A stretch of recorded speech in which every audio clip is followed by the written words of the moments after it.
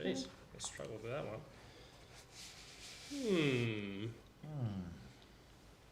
Just don't knock it over. What are you drinking over there, Ellen? Adrian's Albarino, 2021 vintage. Oh, beautiful. How good.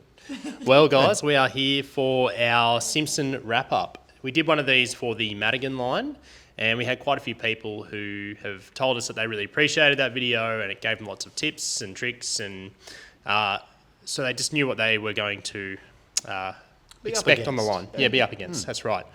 So in this video, I suppose we're just going to run through where we went, how many Ks we did, how we found each leg of the trip, a few stats like Ks and fuel usage, and also, I suppose, a few things that went wrong. And they always do. Yeah. And They're always the best bits. just our general thoughts on the whole trip in general. All right, so Adrian is the stats man. Stats. Because you got the scan gauge in the 70 series. Yeah, I got the scan gauge, which is so easy because it just pulls from the computer. Like all the data's there. Just you don't get many gauges in a 70 to tell you what happened. Yeah, well, Which is something I've found just from buying our new 70 is that there's not much information there. So we would look at getting one, but if we travel with you, we might not need one. I reckon we're going to get one. Yeah, We're going to have I to like get one. stats. Yeah. I find them just really interesting. Yeah. Yeah. Yeah. All right, you want to run us through sort of where we went, Adrian, how many Ks it was? Yeah, so we left Alice. We'll do it from Alice. It's Yeah. always good. Total trip into Birdsville was 1,033 Ks. I used 171 litres for that. Averaged 16.5 litres on a Simpson crossing. Wow. Okay, that's pretty good. That's less than the Yeah. Madigan. Because Madigan, Yeah. you're up around 20. Yeah, worst on the Madigan was 20, and given like the conditions this year on the track, and that I was nursing maybe a clutch that was starting to go, Little I think slippy, it was pretty slippy. good. Yeah. So we went Alice to Mount Dare was our first day on the bins track. Yeah. Yeah, really unexpected little bit of entertainment for us. We were sort of umming and ahhing to do it. We were thinking about going from Alice to Fink via Fink Road. Which we did last year. And that was a pretty rough road when we did it. Don't know the conditions now, but I think it's pretty rough, pretty regularly. So we thought we would do something a little bit different and take the bins track to Mount Dare, and we bloody loved it. It was a really good day. How many Ks was that in the bins track? 422 that day. So that we obviously got a little leg, which is very small. I think I only 5K when you come out of the bins track to Mount Dare Hotel. Yeah, and it's so the bin striker took us roughly, 8 hours? Yeah, 8 hours. We got 96K an hour was our max, but we had a tar section out of Alice, averaged 52. Yeah, okay. And it was a really fun track. It took us 8 hours, but there was a lot of variety. We did stop to film a bit, but probably not. We didn't waste time, I don't think, on that day. No, I don't think we did, and it was just a real beautiful track, like Ellen was saying. Stunning, my favourite the whole trip. Yeah, which is a big Yeah. call. Well, that's what Holly said. Big Yeah. call. Probably, yeah, other than the Madigan line, my most favourite track I've ever done. Wow, there you go. That's huge. Well, I mean, it's great because you're sort of going through a lot of variety. Some stages you've got, open plains with, soaring kind of, rocky mountains in the background, and then you're going through riverbeds, and it's quite lush at the moment in the outback, so it was looking fantastic.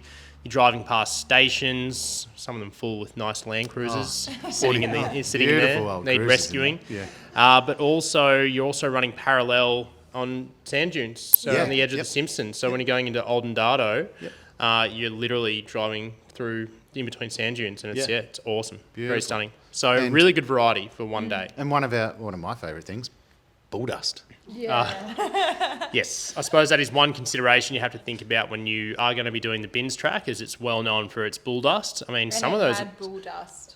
some of those ruts were probably half a metre deep, probably more. Yeah, I'd say more, and that's not exaggerating. Yeah. Sounds ridiculous, but Yeah. no, we're serious. And I mean, so just make sure you clean your air filter before and after for the bins track. But yeah, we definitely had a bit of fun.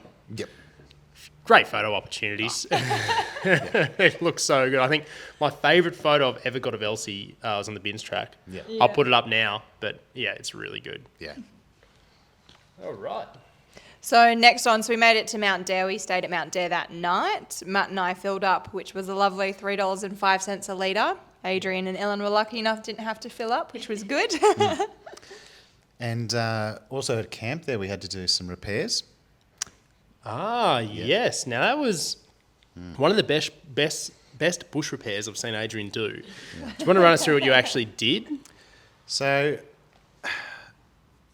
earlier on, when we were up in the Kimberley, I think it was, when we Yep. cracked the support around the radiator, we kept it going, let's just say. And then one of the main arms completely snapped off. Now, we didn't have a welder on board. All I had was a map gas torch, some I didn't brace bring the rod. welder, Adrian. I know. Come on, mate. Come on, I have to lift my game now. You start doing some panels while you're out in the desert, mate. So we ended up brazing the support bracket together in the dirt at Mount Dare.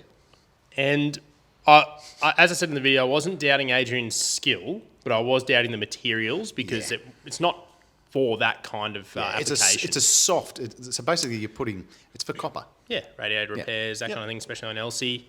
Lasted the whole trip. Still, it's solid as a rock now. I tested it at the Sydney show, and it was Zip ties on the other side have broken. the zip ties are broken. So anyway, but yeah, that was a bloody good bush fix. Really happy with that one. That was good that it worked. So Mount Dare was, I think, $20 a night to camp. I think 20 or Yeah, I think 25. 20. Yeah. 20. And one thing we had to get at the hotel as well was a Desert Parks Pass. Now, this is a requirement for South Australia. It was $185 or $182, I think. Yeah, 182. 182. So, and that does last a year though. So hopefully for us next year, we'll be able to go back through the Simpson and that pass will still be valid. I think if you want to renew it a year after, you just have to pay a renewal fee. You don't have to pay the 182 again.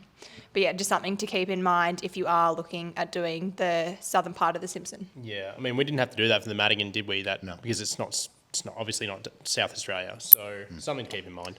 Yeah. Yeah.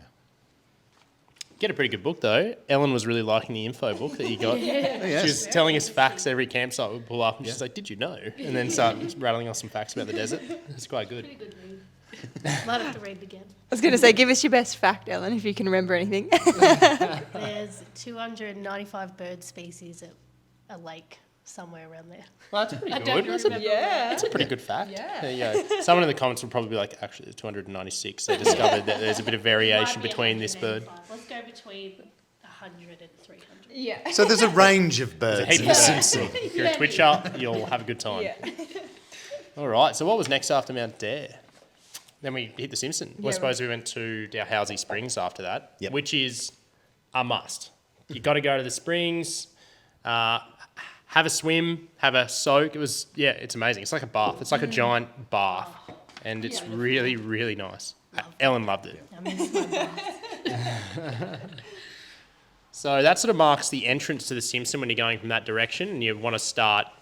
What line do you actually start on? The French line. The French line. Yeah. So if you're finishing up, you're going to have a nice swim, but have a nice swim before you start. That marks the start of the track. That's where you sort of flag up, get that on. And then how many Ks was it of that sort of initial driving that was quite rough and corrugated when we first got started? I don't have those stats. Don't have those stats. That's all right, but it was probably Yeah. probably a good 80, Yeah. 90 Ks, and it pretty was rough. It was rough. Yeah. All right, so after that leg, then we actually sort of started the French line proper. Started on the French and then getting a nice little Simpson fix and then turned off down on the rig. Yes, onto the rig road. So this trip we kind of zigzagged across, and we wanted to do the rig because we heard it wasn't as busy as the French line.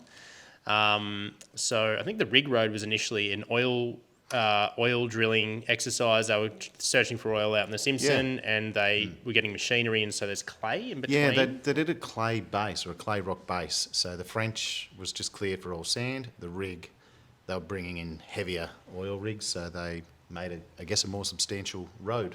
Yeah. You can still see remnants of that there when you're sort of some on the western side, the eastern side of some of the dunes. You can see where the harder base was. Yeah, I personally, I prefer the sand over the clay because it could get quite rough, the clay in between dunes when you're driving parallel to the dunes.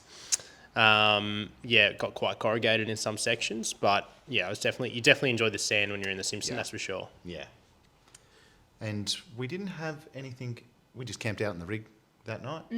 We didn't have any breakages except we had yeah. we had some spillages. Yeah. Run us through that, Adrian. That was pretty bad. Well, it starts off with having a great idea of cooking a lamb roast on the Simpson. Don't recommend it. Double oven bagged. It leaked. So there's lamb fat that's come out of the oven down behind the fridge, and we had almost 2 kilos of sugar. It's a bit of an exaggeration, Yeah. but maybe. Yeah. I'm blaming Ellen for not putting the sugar away properly. But anyway, I'm just wondering why you had 2 kilos of sugar in the first place. What are you doing? Making spirits out in the desert or something? survival. Survival. Just in case, you never know when you... Adrian's making hard liquor, a bit of moonshine in the desert. And it was 2 different sugars, raw sugar and brown sugar. And Double then whammy. those with lamb fat. Try it in your kitchen. Red It's a wine. good mix Yeah. on your carpet in the back of the canopy. Yeah. Yeah. So it's one of those things, I suppose, if you're going through the desert, make sure everything's strapped down properly, all your pantry items are secure, because you're going to have things bouncing around. So Adrian, We were saying before, a good thing about obviously us in the troopy is we can smell usually or hear or just we notice if anything has opened or whereas in a canopy, unfortunately, they had no idea. No. It was so But unlucky. it sounds like it was my turn this year, The Simpson. Last year It was us. your turn. had Field Doctor and coffee mix in the back. That'll get your day started. But yeah, you're always going to have a few casualties there. So just make sure everything's tied down nicely. That's definitely a tip. All of your screw lids, they will unscrew with corrugation. So make sure that they're, you do them up tight every morning or just check them. Just something to be mindful of. It'll save you a frustrating afternoon at camp. And to top it off, to make it worse, I think 5 beers. What was the beer death? 5. Oh no, Yeah. that's the main casualty. That's a lot of beer in the desert. That night, just quickly as well. Oh yes. That night, so we went to bed, calm as anything, beautiful day, beautiful night. And then probably around 11:30, the wind just started picking up. And it wasn't just sort of like a heavy breeze or wind. It was like just a really gusty, I reckon it would have been gusting up to 60, 70 Ks easy, probably more. Yeah. Past 11, we've been in bed for about 2 hours. The wind has changed. And these are the biggest gusts we've ever had in this tent. The poles on the outside are doing really well.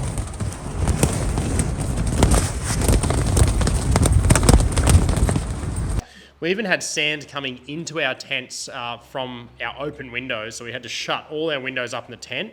The tents did perform very well. I do have to hand it to Camp King. I mean, obviously we didn't sleep because, look...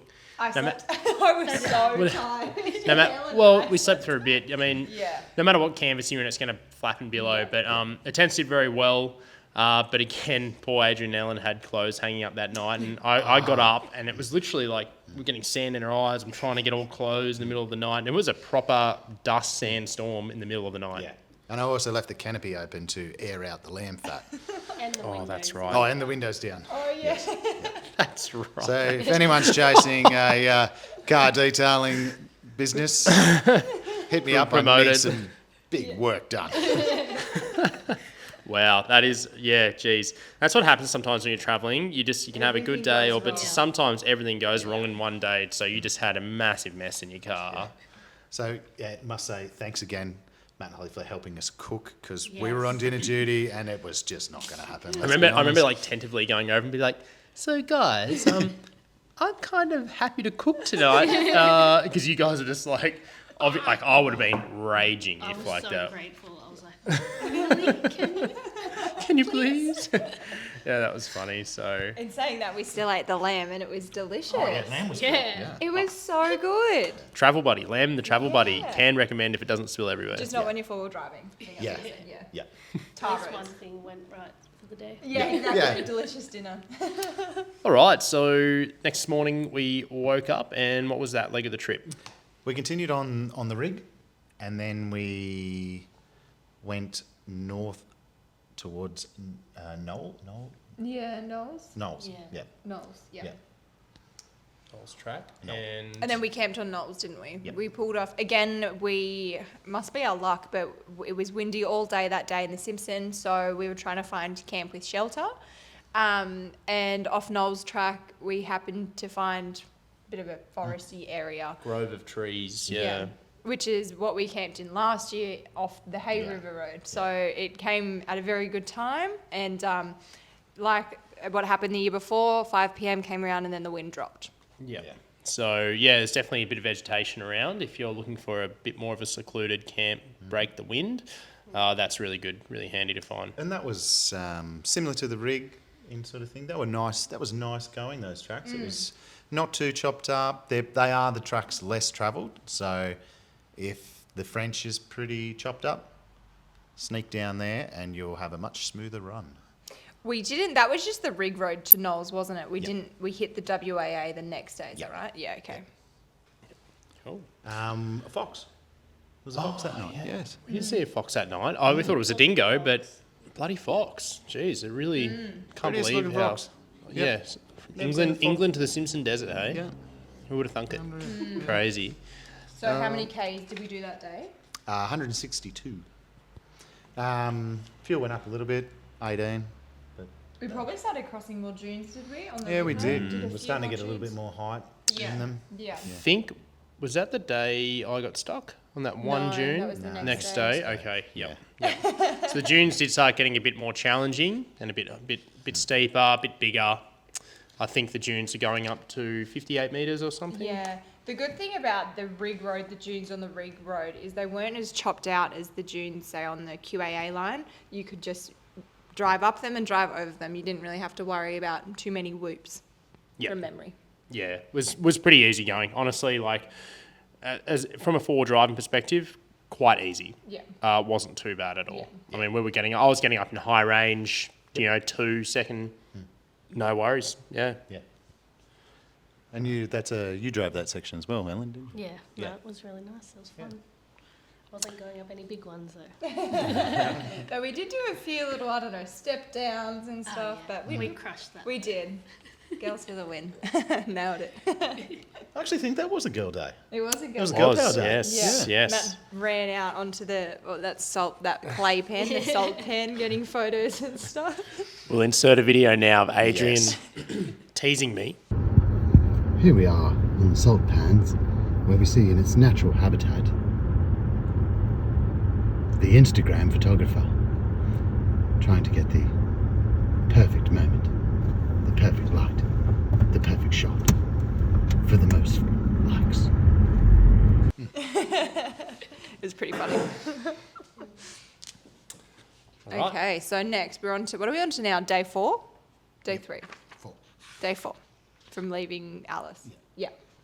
What are the stats, Adrian? Small day. 122 Ks on going, and we camped on the QAA. So we're starting to get into the the chopped up, Yeah. well travelled, Yeah. bigger dunes. Yeah. Yeah, and so this day we travelled along the Knowles to the WAA. We then linked onto the K1, I think it is. We went past Popple's Corner, which is actually kind of hard to well, not hard to find, but it's not on HEMA correctly, and it wasn't on the Desert Parks Pass HEMA map had correctly. it. HEMA Yeah. sort of had it, but the famous book, which we gave good credit for before from the South Australian government, their map. Their map's wrong. Anyway, you'll find it if you drive north, if you want to make it to the corner. And then we linked up to the QAA. So yeah, dunes got bigger and a lot more chopped up. And a bit more traffic. Yeah. We Wasn't were, too yeah, we bad, were on the but- QAA quite late in the day, so we only passed one car that afternoon, I think, or Okay, if, maybe if not that. too much traffic then. Yeah, but we did notice a few cars camped. Yeah. And a couple of motorbikes. Yes, yeah. Yep. So just keep your flags on, and and then that's when call points, or there wasn't specific call points actually along there. QAA there is. QAA there is Yeah. towards the end, but we were still calling out. Channel 10 is the UHF channel in the Simpson, so it's just good just to say 2 vehicles heading east, on the Rig Road or French Line, whatever. And we did that a few times, and people appreciate it, or they pop up. So a little bit of communication definitely helps. Could save you a massive headache out in the desert if you have a head on the dunes. So yeah. And yeah, nothing went wrong that day. Good day. We had a few sounds from our gearbox, and they were starting to get a bit more common with those larger dunes. So a lot of the times we would like tractor moding up the dunes in first low, whereas last year we probably drove a lot of those dunes in high range. But it was just our gearbox. I was trying to have all the running gear and driveline and everything in the car work as least as possible. So I was pretty much forward driving correctly, how you should. It's funny how one of those things kind of forces you to do things correctly just to make sure the car's not working too hard at all. So I was in, correct gearing, making sure, decent revs, not too many. I wasn't just sort of relying on, the 2Hs to get me up and over if I was being lazy. Which isn't a bad thing at all. It's probably how I should drive all the time. So what was the next day? So then we drove into Birdsville. And then we drove into Birdsville. Yeah, that's right. So Big Red before that. Big Red. This year, pretty steep. Yeah. Would you reckon as A steep? little bit more chopped up than I think. Maybe a little bit last chopped time. up. Right up the top near when you're trying. So if we're talking far left, Big Red. We're always talking far left, Big Red. Far right, yeah. When you're starting to, before you crest, there was someone had a fair bit of drama. Yeah. And there were some very deep holes. But so I'd say more probably chopped. Yeah. than- Still quite big and steep. That hasn't changed. So I've done it before, and I knew it worked for me in Elsie, which was 7 psi in the front, 11 psi in the back. I don't have enough power to spin the tyre on the rim, so it's all good. And first gear low, and it's hilarious. I show people the video on my phone because All the time, but he has to scrub I forward. scrub forward. It is so funny. It just. I think, is it I'm pretty certain it's a minute. Minute 40. 50, or minute 15. Maybe it is a minute 40. I'll have to check. It's a really long, It's a long video. Yeah. It's walking pace, but Elsie got up, no worries. Yeah. First go. So Watching back the footage as well, you can just see Matt reckons we could have done steeper and longer, even so you weren't maxed out, but we just kind of floated on top of the sand. Yep. Whereas poor Adrian. Yeah. Your Falcons are just bagged out. Yeah. And it is you wouldn't even have a centimetre of sand up the tread. Yeah. And it is just going. floated. Yeah. yeah, no, it's Whereas just. unfortunately we weren't in the same. There was only two attempts this year. Do you remember what pressures you were running? Now, I only went down to 18 in the front and 20 in the back because I had the big stake that had happened. Oh, we had the yes. massive plug. Yeah. That's right. And I didn't want to Push Yeah, it. push So it. yeah, just to fill you in, Adrian had a pretty major thing go through his tyre, a massive bolt go through his tyre on the Gibb River Road. Went straight through the middle of a chunk of tread. So it was just super unlucky. Nothing would have stopped it straight through. But you got it patched up. Yeah, got it and pretty patched much up. they said at the Yeah. tyre shop, Yeah. look, we've patched it and it's holding air, but I wouldn't inflate, deflate too much Yep. because you don't want to mess around with it. So Adrian was kind of keeping his pressures not too wild. And I was having some clutch issues. Yeah. The clutch was not quite smelling like lamb fat at times, but You could definitely it made it home. definitely That's smell all it. that matters. Yeah, well, that's the thing. That's the thing with our gearbox. I pretty much said I'm having one attempt at this, and I'm starting to hear noises from the gearbox. I'm just going to pull out and just go around the chicken track. So, but neither of us had to do that, which is pretty good. Got up. Yeah. You guys straight up, first go. I had one stop, back up, go. So, yeah. Easy, and then it was straight into Birdsville. It's better than the year before. Better than the year before. Yeah, we went better than the year before. We definitely have learnt since then, so how to do it. So, for me personally, the whole leg this whole Simpson trip. We kind of zigzagged across it, which was good fun. You can kind of see different areas. It's definitely different. The south of the Simpson is different to the north of the Yep. Simpson. Colour of the sand, the amount of vegetation. Well, that probably has something to do with the amount of rain they've had. But colour of the sand, it's lighter. Whereas the Madigan's very coral red and it's pretty. Personally, if I had to go and do a Madigan crossing again, and I had the option between what we did and the Madigan line, I would do the Madigan line because it felt more remote and I just enjoyed the track more, the floaty sort of, sand A and... lot more flowing on the Madigan. Yeah. Yeah. But Ellen hasn't done the Madigan, so we might have to take her sometime. We actually want to do the geographical centre of the Simpson, which is off-piste, which should be fun. Be good. But yeah, you'll get to do the Madigan next time then, Helen. Awesome. Yeah, I think if you get bored of doing the same thing, the Madigan might not be for you, whereas the southern parts of the tracks, you can change it up. You can do clay pans, you can do dunes. I would like to maybe do more of the WAA line. When we did that, we only did a small section. They were quite big dunes and a bit more technical than probably some of the other roads that we did in the Simpsons. So, yeah, just keep that in mind if you get bored of going over 1,100 dunes. Yeah, you had to pick your lines a bit. Yeah. You had to think about it, because some of them have a few options, 2 or 3 options, and you sort of look and you have to sort of figure it out, which is a bit more technical driving, I'd say. Still not massively challenging. If your tyres are down, you're all right. But, yeah, something to think about, which is fun.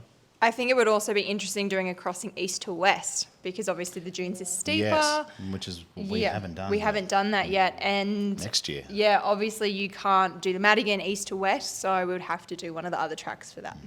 Yeah. Well, any more stats or any figures or any other wisdom we can impart on people? No more stats.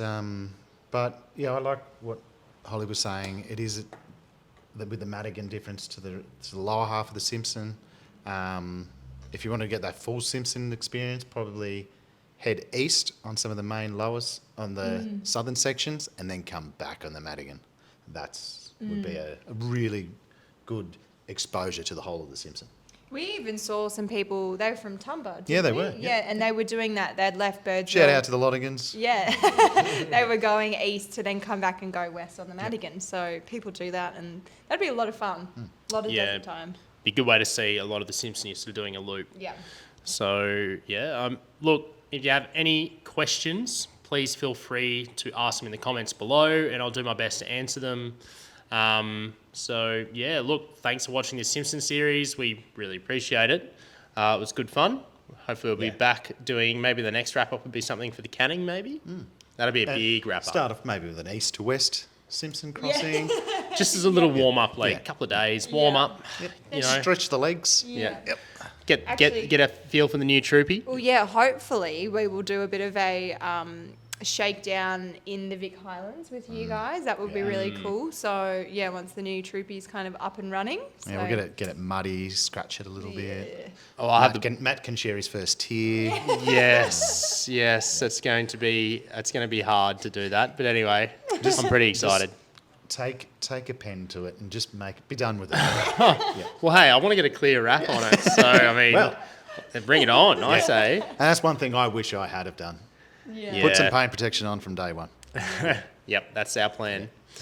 So, yeah, the next couple of videos with Adrian will be in the Vic High Country. Adrian and Ellen, we'll be in the Vic High Country, so that should be fun.